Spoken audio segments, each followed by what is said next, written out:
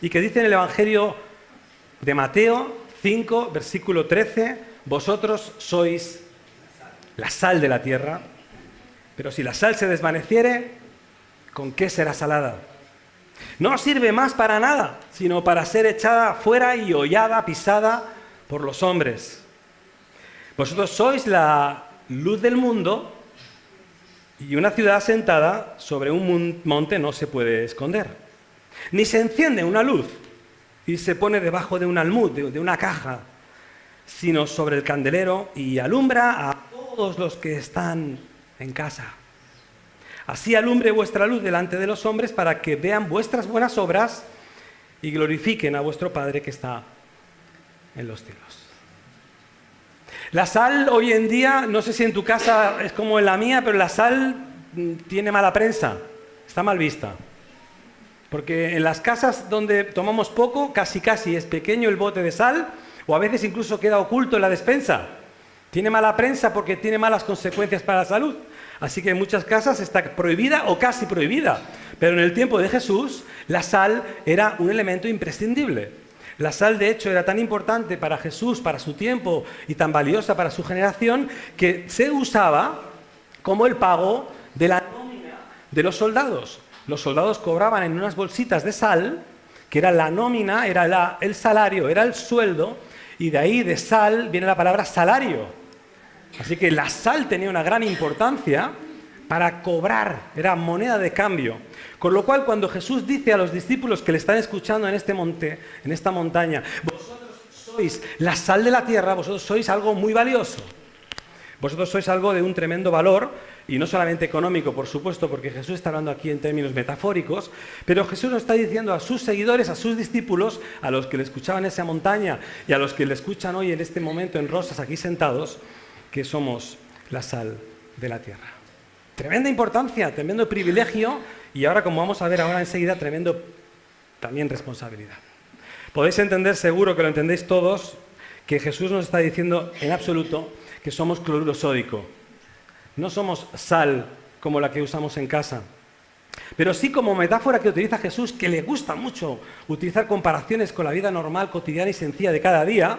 Sabéis que Jesús utilizaba mucho los barcos, los frutos, los árboles, cosas de la tierra, cosas sencillas que todo el mundo podía entender, porque Jesús era un maestro de maestros, porque todo el mundo le entendía. Jesús nos quiere decir esta mañana que somos llamados a ser sal, o a ser como la sal. Déjame que te diga solo 4 o 5 cosas que suceden alrededor de la sal. La sal tiene varios elementos de utilidad. Por supuesto, el más conocido de ellos, que enseguida sabréis, es que da el sabor a las comidas, pero también otras cosas más produce. ¿Sabéis que la sal preserva? La sal se produce, se utiliza también para preservar alimentos de la corrupción, para preservar los alimentos que duren más. Así se utiliza mucho en África, por ejemplo, se sala el pescado para que el pescado dure y no le ataque la corrupción. Esto es muy interesante, el tema de ser sal protectora, ser protector de la corrupción. Pero también la sal, y esto es muy interesante para la Iglesia, y quizás nos tiene que despertar a muchas cosas, la sal irrita las heridas. Si tienes una herida y te bañas en la playa, notarás que te pica la herida. Y si en casa te echas sal, que es más agresivo, notarás que te duele. La sal irrita la herida. Duele en la herida abierta. No abre la herida, pero sí la excita, sí la duele, sí la irrita. Y esto es muy interesante también a nivel espiritual, porque el mundo en el que vivimos es un mundo herido. Y creo, hermanos y hermanas, que vais a estar en campaña esta semana, y los que no podemos estar con vosotros, estaremos orando con vosotros.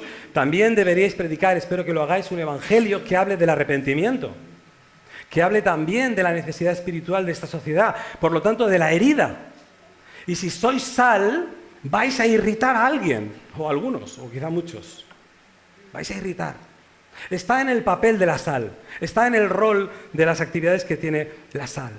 Pero por otro lado, una actividad muy interesante que también tiene la sal y que seguramente la conoces si has bebido agua de mar, es que la sal da sed. Cuanta más sal tragas, más sed tienes. Así que la sal puede irritar heridas de aquellos que quieran estar instalados en la herida. Pero en aquellos que quieran sanar su sed, cuando tomen sal, tendrán más sed. cuando escuchen la sal del Evangelio que tú puedes esta semana compartir directa y llanamente con la gente de Rosas, probablemente, en algunos de los casos, ojalá fueran todos, despertarás sed. Así que fíjate cuántas cosas puedes llegar a ser si eres sal. La sal que preserva, la sal que irrita, la sal, evidentemente, que da sed, y la sal del principio que hemos dicho, que da sabor. Si no se usa, dice Jesús, advierte Jesús, que si esta sal no se usa, si la sal de la tierra no se llegara a poner en práctica y se desvaneciere, perdiera su utilidad, perdiera su lógica, ¿con qué podríamos salar la tierra? Dice, con nada. Esa sal pierde todo valor, pierde toda utilidad y para lo único que sirve es para ser echada a los lados de los caminos. Ni siquiera en la tierra de cultivo, porque si se tira en la tierra de cultivo estropea la tierra y ni siquiera serviría para alimentar las plantas, las quemaría. Solamente en los tiempos de Jesús la sal desvanecida, la sal estropeada, se echaba en los lados de los caminos. Por eso Jesús dice el lugar donde va a ser hollada, donde va a ser pisada por los hombres. Esa sal no da sabor, esa sal no tiene utilidad, no tiene ninguna importancia, no tiene ninguna trascendencia, no cumple su misión. Hermanos y hermanas, perdonad que os lo diga con claridad, pero a veces hay cristianos que no saben que son sal. No saben que están llamados a tener una misión en sus vidas, en este caso una misión espiritual, y se convierten en sal almacenada. Son sal, pero están en la despensa. Son sal, pero no salen del salero. Es una sal oculta, una sal que evidentemente, como está sin usar, no tiene ningún sabor para nadie. Por eso Jesús nos reclama, nos exhorta, nos llama la atención esta mañana a que reconozcamos que somos la sal del mundo. Primer elemento de reconocimiento, sí, amén, soy sal. ¿Quién puede decir esta frase hoy? Sí, amén, soy sal. Sí, amén, soy sal. Todos no lo dicen, pero algunos sí. Los que van a ir a la campaña. Sí, amén, soy sal y quiero salir del salero. Quiero salir del salero, quiero ser útil, quiero salar mi lugar de trabajo, quiero dar sabor a mi barrio, quiero dar sabor a mi ciudad, quiero dar sabor también a mi familia, porque mi familia es mi primer campo misionero, mi cocina de mi casa, mi comedor, es mi primer campo misionero. Y por supuesto también quiero salar mi ciudad, mis gobernantes, por cierto, muy alejados del Evangelio, el pastor lo sabe. Y en general quiero salar mi generación, quiero salar mi entorno, el tiempo en el que me ha tocado vivir. Jesús en el versículo 14 utiliza otra metáfora parecida. Dice, vosotros sois la luz del mundo, una ciudad asentada sobre un monte, una ciudad que tiene luz y que está sobre un monte y que ilumina. Sobre ese monte no se puede esconder. Y tampoco, en términos mucho más domésticos, tampoco enciendes una lámpara de petróleo o una lámpara de aceite o una linterna o lo que tengas en casa, no la enciendes para guardarla en un almud.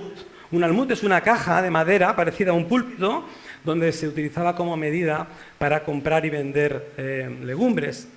Y ese almud, como caja oscura, evidentemente no es el lugar para meter una lámpara. La lámpara se enciende para ponerla en alto. La tenemos aquí, en este lugar, para que iluminen. Así que los que somos cristianos, los que nos decimos seguidores de Jesús y encarnamos el Evangelio cotidianamente, no solamente encarnamos un Evangelio dominical por la mañana de 11 a 1, sino que queremos encarnar un Evangelio cotidiano, somos luz, o al menos el Señor nos pide que lo seamos.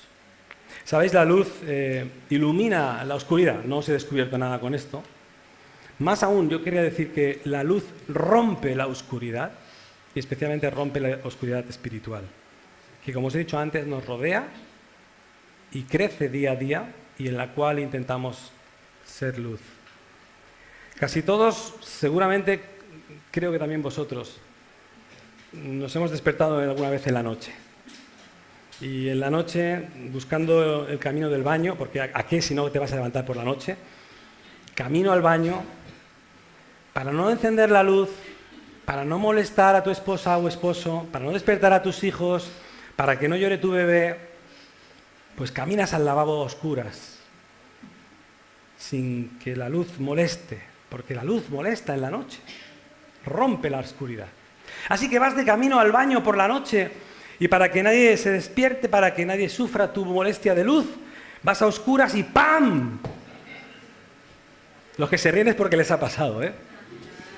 golpe en el tobillo, golpe en la espinilla, golpe en los dedos de los pies, el grito ahogado porque no quieres que se despierte nadie y por la mañana la uña inflamada. Y si solo es la uña, dale gracias a Dios, porque alguno que otro se ha roto algún pie. En una iglesia me contaron que en la noche se levantó un hermano para ir al baño a beber agua. Y su esposa por la noche había puesto cerca del baño un depósito transparente de lejía. Y en la noche, para no encender la luz, para no molestar, este hermano gentil, amable y cortés con su familia, ¿qué hizo? Tomó un depósito que le parecía el bidón de agua de mineral, llenó su vaso y se lo bebió. Y en media hora estaba en urgencias, como podéis imaginar. No es broma, es una historia cierta y evidentemente eso pasa por no encender la luz. Ser luz y esconderla debajo de una caja, de un almud, de un depósito de grano, es algo ilógico, es algo excéntrico, es algo que raya la doble vida, raya la esquizofrenia espiritual. Es algo así como vivir dos vidas, como Dr. Jekyll y Mr. Hyde, como ser rico y vivir bajo un puente, como llevar abrigo y bufanda en agosto. Es una contradicción, porque el Señor Jesús nos ha llamado a ser su sal, a ser su luz, para ser sus herramientas en la extensión del reino. Para que nuestra pequeña limitación, que la tenemos, pero aún con pequeños y con limitaciones y con nuestros pecados, sorprendentemente, entiendo vuestra sorpresa porque también es la mía, el Señor ha contado con nosotros. No os preguntéis por qué, porque no tiene sentido. La gracia de Dios no la tienes que entender, la tienes que disfrutar. No tienes que entenderla, porque solo está en el sentido de la lógica de Dios que tú seas hoy salvo. Porque no lo merecías. Bueno, tampoco lo mereces hoy, tampoco lo merecerás nunca. Así que la gracia de Dios no tienes por qué entenderla, pero sí aplicarla, disfrutarla y extenderla y compartirla con las personas que te rodean y evidentemente ser sal, ser luz, para que otros salgan iluminados. La luz que es de Jesús, la luz que no es nuestra. Recuerda que la luz que iluminarás, la luz con la que compartirás es como la luz de la luna. ¿Sabes que la luna no tiene luz? La luz refleja en mayor o en menor medida, luna nueva, luna menguante, luna creciente. Hay días más luz, con más luz y hay días con menos luz, pero esa luz no es suya. Esa luz es la luz del sol. Refleja la luz del sol y como cristiano, esta semana de campaña, y espero que todo el año de campaña, seguirá siendo una luna, que espero que sea luna nueva, con una luz muy brillante y que refleje en todo momento, en medio de las tinieblas que te rodean y que nos van a rodear, la luz del sol que es la luz de Jesús. Jesús añade que esa luz servirá, nos dice el último versículo, para hacer el bien. Dice, así alumbre vuestra luz delante de los hombres, para que vean vuestras obras. Servirá para hacer el bien, pero nunca, y cuídate con esto también, porque a veces los cristianos hemos caído en este error, nunca para nuestra vanidad espiritual. Nunca para nuestro orgullo, nunca para nuestro autobombo o para nuestra búsqueda de reconocimiento. En todo caso, si llevamos luz, si salamos, tiene que ser por amor al prójimo, por misericordia, la misma que Jesús tuvo contigo, por amor a los perdidos, para hacer el bien al prójimo, para que conozcan el mensaje de Jesús, que es el mayor bien que les puede alcanzar en esta vida. Y que con el conocimiento del que tú puedes compartir sencilla y torpemente, esa persona pueda caminar o al menos ser guiado a los pies de Jesús. Esas personas no se van a convertir a ti, espero que no. Se van a convertir en la guía del Señor, en el mensaje de Jesús. Y tienes que acompañarlos, guiarlos, decirles, mira, por ahí está la cruz. Pero es que la cruz tienes que enfrentarla tú solo. Él, ella, ese amigo, ese vecino, tienes que enseñarle que también él tiene que enfrentarla de forma independiente. Es intransferible la salvación tuya, es solo para ti. Pero tienes que enseñarla, tienes que compartirla, tienes que señalar el camino a otros para que otros también puedan creer en el Jesús que te salvó. Recuerda cuando hables de Jesús, hablar de un Jesús concreto. Recuerda cuando presentes esta semana o este año. El Jesús de la Biblia es un Jesús completo. Porque vas a hablar de un Jesús, espero, de un Jesús que muere en la cruz de verdad. No es un Jesucito de una estampa, Es un Jesús real y verdadero, es Dios hecho hombre, que muere de verdad, se sacrifica de verdad en una pasión dura y difícil en la que muere como un malhechor y muere en una cruz parecida a esta y de verdad realmente está ahí unas horas y realmente muere de verdad como un ser humano. Eso es el núcleo del Evangelio. Pero acuérdate de recordarle a la gente que te escuchará en Rosas que muchos han oído de ese Jesús, pero es un Jesús incompleto. Acuérdales de contarles que esa cruz está vacía, como la tienes en tu iglesia. Esa cruz ya no tiene a ningún Cristo crucificado. Hay gente que lo sigue crucificando cada domingo. En cada misa se vuelve a crucificar a Jesús. Y eso es inaplicable en la palabra de Dios. No lo puedes encontrar porque Jesús resucitó.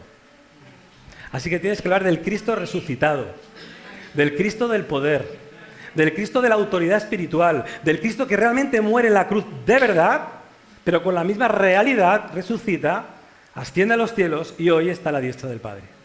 Ese es el Cristo en el que yo creo y es el Cristo en el que creéis vosotros. ¿Sí o no? Ese es el Cristo que tienes que predicar ahí fuera.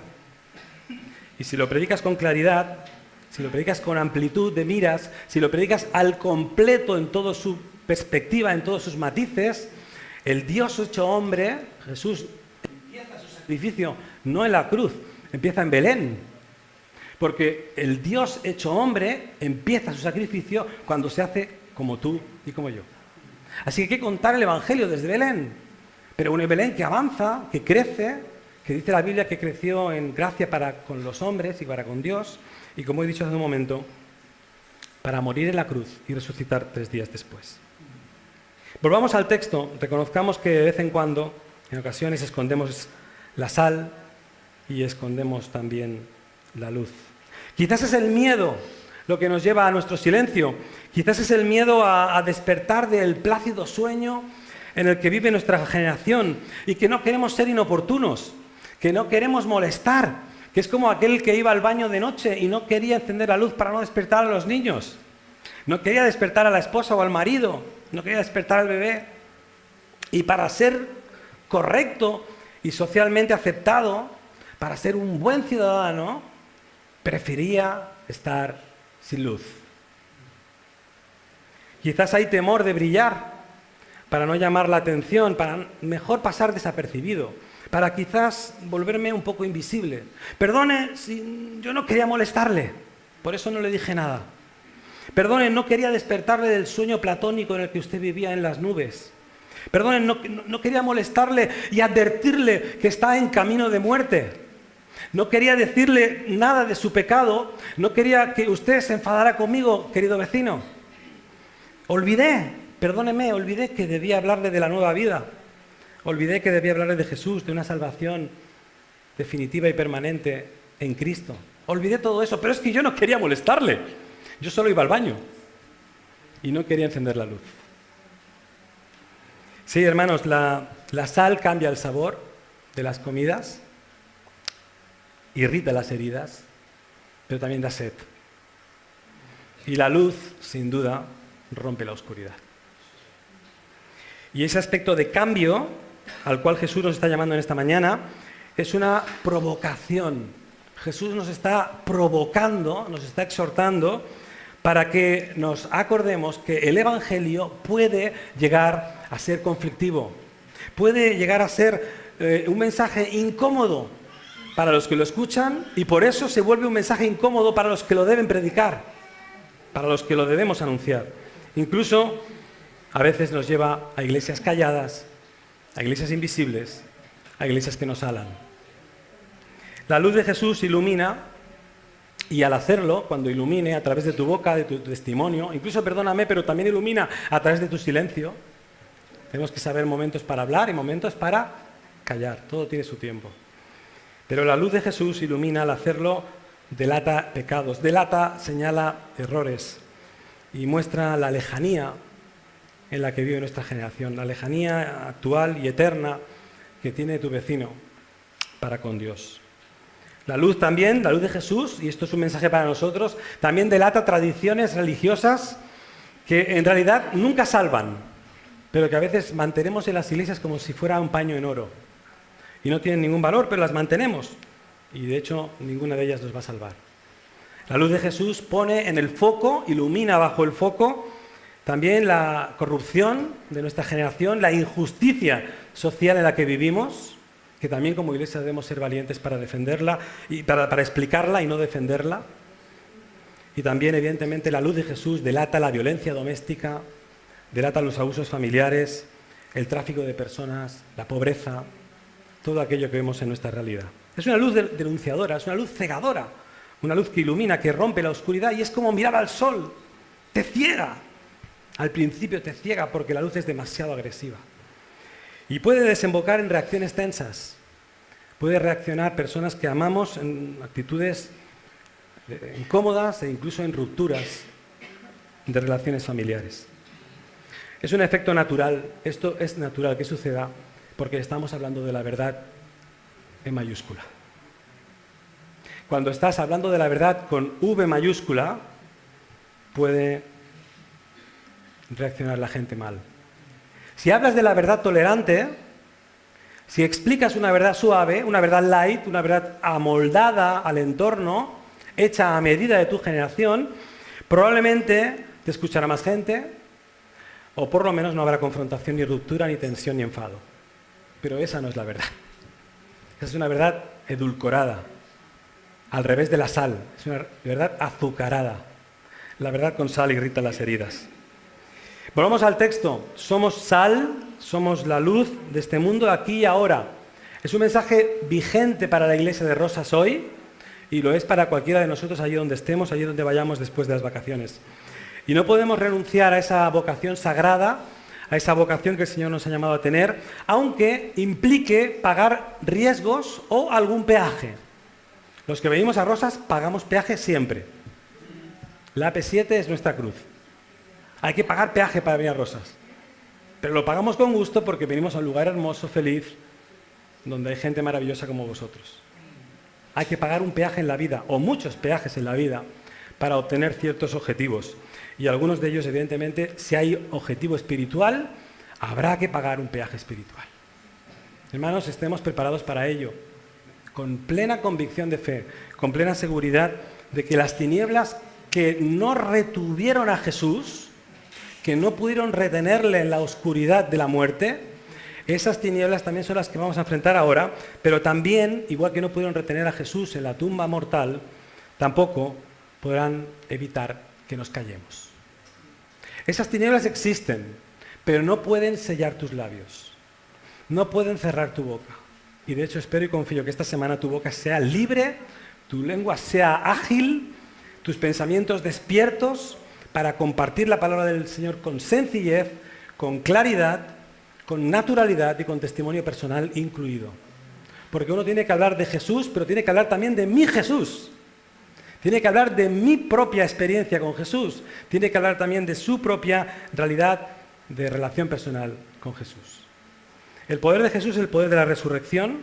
Y dice el propio Jesús cuando se despide de ellos que es el poder que va a acompañar a su iglesia hasta el fin del mundo.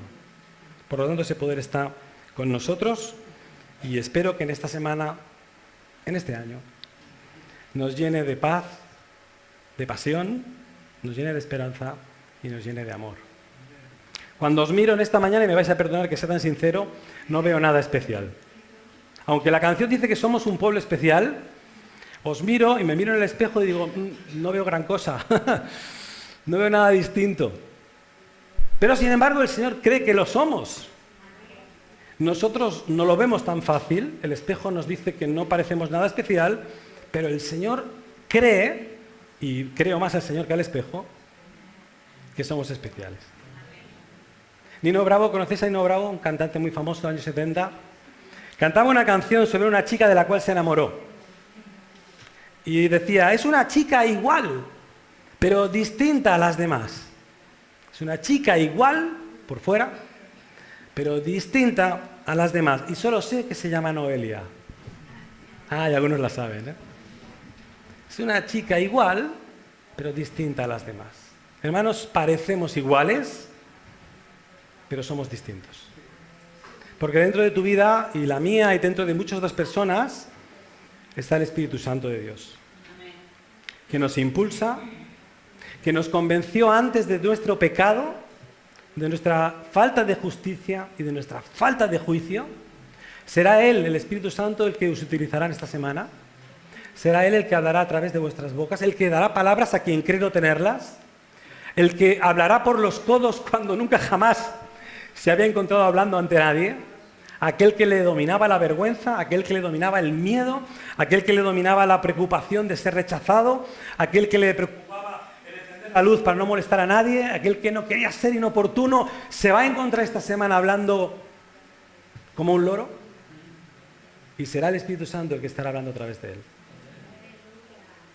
Y hermanos y hermanas, y con esto termino, quiero deciros que esta semana van a pasar cosas. De todas los colores. Al final de la semana haréis evaluación y veréis que han pasado muchas cosas. Pero también os digo, aunque no lo podáis ver en directo esta semana, quizás si lo veáis, va a haber personas que van a cambiar sus vidas. Algunos delante de vosotros, lo cual es una experiencia incomparable. Yo siempre digo que la segunda experiencia más importante de la vida de un cristiano, la primera es la conversión, la segunda más importante es tener el privilegio de llevar a alguien a los pies de Jesús. Si lo has hecho ya, sabes que digo la verdad. Y si no lo has hecho, date prisa esta semana. La mayor experiencia espiritual después de tu conversión, la segunda experiencia más impactante, es que seas padre espiritual de alguien. Que alguien conozca a Jesús y puedas tener el gozo, el placer, no la vanidad, no el orgullo, sino el gozo, la satisfacción. Gracias, Señor, porque me usaste a que esta persona pudiera conocer a Jesús. Y esta semana van a pasar cosas. A los que sois de Rosas, a los que habéis venido de Madrid, a los que estamos de turismo, a los que venimos de otros lugares, o a los que incluso los que estáis aquí, que estáis de otros países y os traducen el culto. Todos estamos hoy en esta semana por algo, no por casualidad. Estamos aquí por algo. Todos los que estáis aquí no habéis venido por casualidad. Habéis venido porque el Señor os tiene que usar esta semana. Y van a pasar cosas que aún, como dice la palabra de Dios, dice, son cosas que ojo no vio, ni oído oyó. Y son las cosas que Dios tiene preparadas para los que aman a Dios. Yo estoy convencido de ello. Y aunque no las veamos en directo esta semana, de aquí al 26, aunque no lo veamos en directo, pasarán después, porque a veces uno siembra y otro recoge. Pero es Dios quien da el crecimiento. Estáis para plantar y quizás os toque recoger, o quizás no. Quizás recogerán otros. Esta iglesia que hoy veis reunida en este lugar, hace 30 años que ya intentó comenzar este testimonio. Y por diversas razones ese testimonio no pudo cuajar. 30 años después, en más allá del año 2000, esta iglesia volvió a iniciar este proyecto y gracias a Dios hoy ya es una iglesia establecida. Y para los que vivís en Rosas sabéis que es una tremenda bendición que haya un lugar de testimonio en esta ciudad. Unos sembraron y otros recogieron. En esta semana todos vais a ser, o todos vamos a ser sembradores y quizás podáis recoger, quizás no, otros recogerán, pero será igualmente para la gloria de Dios. Hermanos, tenemos la responsabilidad de ser sal, de ser luz para Cristo y de transmitir el mensaje que cambió nuestras vidas para que cambie las vidas de los que nos rodean, especialmente de los que amamos, familiares, amigos, vecinos, compañeros de trabajo, aquellos que están a nuestro alrededor. Y hermano, acuérdate del texto de Romanos, que vas a verlo toda la semana en las camisetas celestes y que el pastor lo lleva en su espalda. Ponte de pie, Luigi, te van a ver de espaldas. No me avergüenzo del Evangelio, porque es poder de Dios. Que el Señor os bendiga, que el Señor os dé fuerzas, que el Señor os dé la valentía necesaria y que el Señor os dé la visión de futuro que el pastor tiene. Seguid al pastor porque tiene la visión de alcanzar este lugar, esta ciudad para Cristo y no quiere hacerlo solo. ¿Verdad que no quieres hacerlo solo? Toda la iglesia tiene que estar con él en oración y en apoyo personal y físico. Y esta semana van a pasar cosas y yo quiero que me las contéis. Que el Señor os bendiga.